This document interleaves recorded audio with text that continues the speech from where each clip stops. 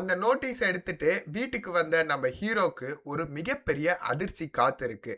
அது என்னன்னா, காலராவால கடுமையா பாதிக்கப்பட்டு நோய்வாய்ப்பட்டிருந்த ஹீரோவோட பொண்ணு உயிருக்கு போராடிக்கிட்டு இருக்கா. அப்படி போராடிக்கிட்டு இருக்கிற அந்த பொண்ணு, "என்ன மன்னிச்சிடுங்க. என்னால தம்பிய பாத்துக்க முடியல" அப்படின்னு துடிதுடிச்சு அந்த பொண்ணு இறந்து போறா. அந்த இழப்ப தாங்க முடியாம ஹீரோவும் அவனுடைய மனைவியும் பயங்கர சோகத்துக்குள்ள ஆழ்ந்து போறாங்க. அதன் பிறகு கண்ணீர் தழும்ப தழும்ப ஹீரோவும் அவனுடைய மனைவியும் ஹீரோவுடைய மகளுக்கான இறுதி சடங்குகள முடிக்கிறாங்க. இறுதி சடங்குகள் முடிஞ்சதும் ஹீரோ அவனுடைய வீட்ல தனிமையில ஆழ்ந்து உக்காந்துருக்கான்.